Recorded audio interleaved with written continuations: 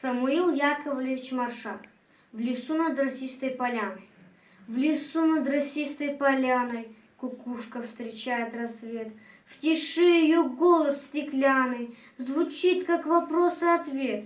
И память о летнем рассвете я в город с собой унесу. Пускай мне зимою о лете напомнит кукушка в лесу. Припомни лагерь палатки на самой опушке лесной и птицы, игравшие в прятки в рассветном тумане со мной.